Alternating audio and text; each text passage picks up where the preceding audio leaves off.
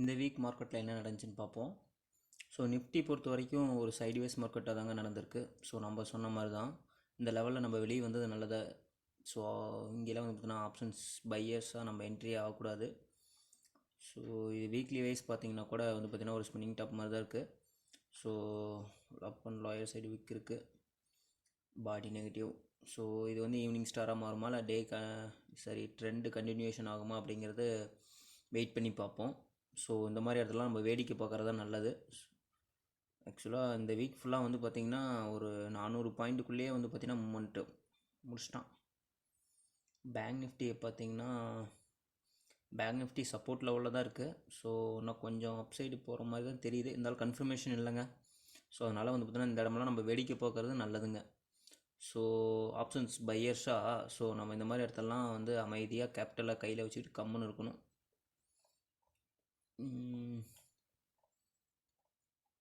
அப்படி ஒரு நல்ல ஒரு என்ட்ரி கிடச்சினா நான் நெக்ஸ்ட் வீக் உங்களுக்கு வந்து சொல்கிறேன். ஸோ ரெசிஸ்டன்ஸ் எடுத்துக்கிட்டு தான் வருது. ஸோ பிரேக் ஆகுமா இல்லை என்னென்ட்டு பார்ப்போங்க. ஸோ ஹெச்டிஎஃப்சி நல்லா ஒரு சப்போர்ட்டை நோக்கி தான் போயிட்டுருக்கு.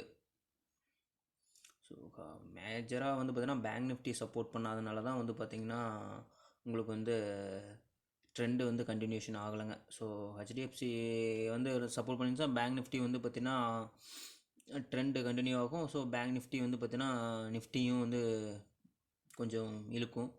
ஸோ ட்ராக் பண்ணி இழுக்கிறப்ப நிஃப்டி வந்து பார்த்தோன்னா ஆல் டைம் கையை உடைக்க வாய்ப்புகள் இருக்குது. ஸோ ஆனால் ஹெச்டிஎஃப்சி ஒன்றும் சரியில்லை. ஹெச்டிஎஃப்சி நல்லா சப்போர்ட் லெவலில் தாங்க இருக்குது. ஸோ இங்கே பார்த்தீங்கன்னா இது வந்து பார்த்திங்கன்னா கொரோனா டைமில் க்ராஷ் ஆனது. ஸோ இந்த லெவலில் வந்து நல்ல சப்போர்ட் தான் இருக்குது. பார்ப்போம், இந்த லெவலில் வந்து பார்த்திங்கன்னா சப்போர்ட் எடுக்கும்னு நினைக்கிறேன்.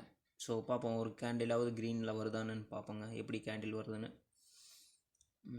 இந்த லெவல் நல்லா சப்போர்ட்டாக இருக்குங்க. 13,000ங்க, சரி 1300ங்க, 1300 லைன் சார்ட் போட்டிங்கன்னா பாருங்கள், இந்த இடம் நல்லா ரெசிஸ்டன்ஸாக தான் இருந்திருக்கு. ரிலையன்ஸ் அதே மாதிரி தான். ரிலையன்ஸ் வந்து பார்த்திங்கன்னாங்க இல்லை நிஃப்டி வந்து பார்த்திங்கன்னா அந்த ஆல் டைம் ஹை பக்கத்துலேயே ஸ்டேபிளாக இருக்கிற காரணங்க இந்த ரிலையன்ஸ் தான். ரிலையன்ஸ் வந்து பார்த்திங்கன்னா அதுங்க ஆல் டைம் ஒரு ட்ரெண்டை வந்து பிரேக் அவுட் ஆகி போயிட்டுருக்குங்க பாருங்கள். ஒரு ட்ரெண்டில் வந்து பார்த்திங்கன்னா பிரேக் அவுட் ஆகி போயிட்டுருக்கு, ரீட்ரேஸ்மெண்ட் கொடுத்துருக்கு.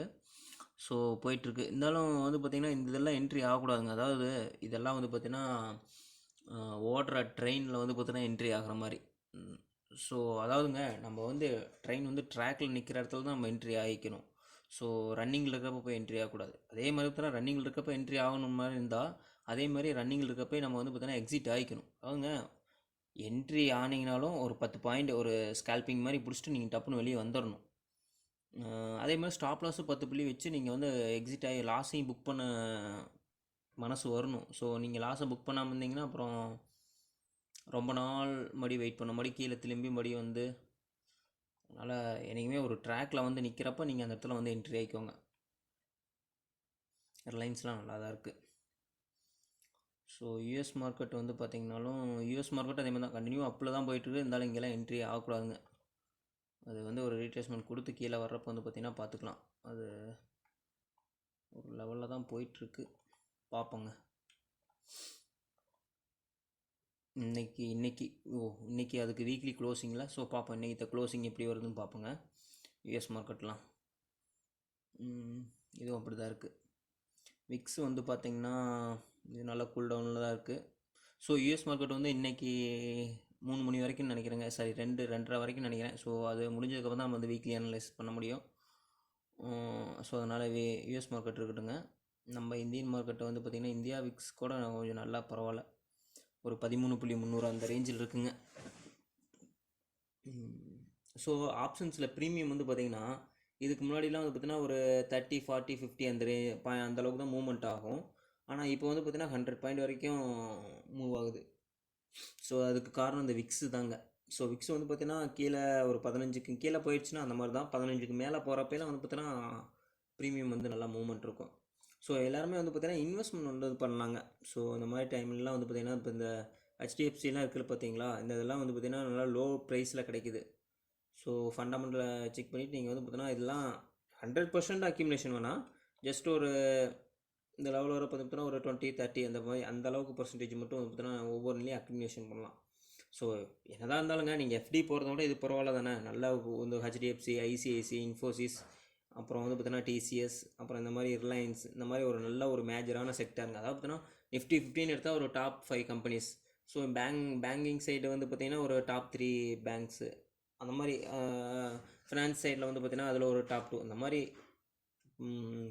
ஒவ்வொரு செக்டார்லேயும் வந்து பார்த்தீங்கன்னா கொஞ்சம் பர்டிகுலர் ஸ்டாக் வந்து ஸ்ப்ளிட் பண்ணி அதில் எல்லாமே இன்வெஸ்ட்மெண்ட் பண்ணலாம். ஸோ அதுக்கு அந்த சைடுக்கு வந்து பார்த்தீங்கன்னா நீங்கள் ஈக்விட்டி பக்கம் மேபி வரலாம். ஸோ அப்படி நீங்கள் ஏதாச்சும் இன்வெஸ்ட்மெண்ட் பண்ணணும் அப்படின்னு நினச்சிங்கன்னா கீழே டிஸ்கிரிப்ஷனில் வந்து பார்த்தீங்கன்னா லிங்க் கொடுத்துருக்குங்க. நம்பர் 1 புரோக்கர், ஸோ ஜிரோடா, அவங்களோட லிங்க் அஃபிஷியல் லிங்கே கொடுத்துருக்கேன். நீங்கள் இதை கிளிக் பண்ணியே வந்து பார்த்தீங்கன்னா ஓப்பன் பண்ணிக்கலாம். இன்கேஸ் ஏதாச்சும் ஓப்பன் பண்ணுறதுல உங்களுக்கு ஏதாவது டவுட்னா கீழே கமெண்ட் பண்ணுங்கள். ஸோ நான் கீழே வந்து பார்த்தீங்கன்னா இபுக்ஸ் வந்து கேட்டீங்க நிறைய பேர். அது வந்து நான் ஃப்ரீயாகவே வந்து பார்த்தீங்கன்னா அந்த லிங்க்கும் கீழே கொடுக்குறேங்க. ஸோ அதில் நீங்கள் டவுன்லோட் பண்ணிக்கோங்க. ஏன்னா கொஞ்சம் ஸ்டடி பண்ணிட்டு வர்றது கொஞ்சம் பெஸ்ட்டு. நான் இங்கே வந்து ப்ராக்டிக்கல் நாலேஜ் தாங்க வந்து உங்களுக்கு கை கொடுக்கும். என்ன ஒரு பேசிக் அப்படிங்கிறத வந்து பார்த்தீங்கன்னா அது கொஞ்சம் ஸ்டடி பண்ணிக்கிட்டு வர்றது கொஞ்சம் பெஸ்ட்டாக இருக்கும். ஸோ அது ஒரு 15 புக்கு கிட்டத்தட்ட இருக்கும்னு நினைக்கிறேங்க. ஸோ அந்த புக்கோட மொத்த டோட்டல் புக்குமே வந்து பார்த்தீங்கன்னா நான் வந்து உங்களுக்கு வந்து சாஃப்ட் காப்பியாக இருக்கும். நீங்கள் வந்து டவுன்லோட் பண்ணி நீங்கள் வந்து அது மொபைல்லேயே படிச்சுக்கலாம். பிடிஎஃப் ஃபைலாக தான் இருக்கும். ஸோ இது பண்ணிக்கோங்க. ஸோ இந்த வீடியோ வந்து உங்களுக்கு யூஸ்ஃபுல்லாக இருந்துச்சுன்னா லைக் பண்ணுங்கள், கமெண்ட் பண்ணுங்கள், ஷேர் பண்ணுங்கள், மறக்காமல் சப்ஸ்கிரைப் பண்ணுங்கள்.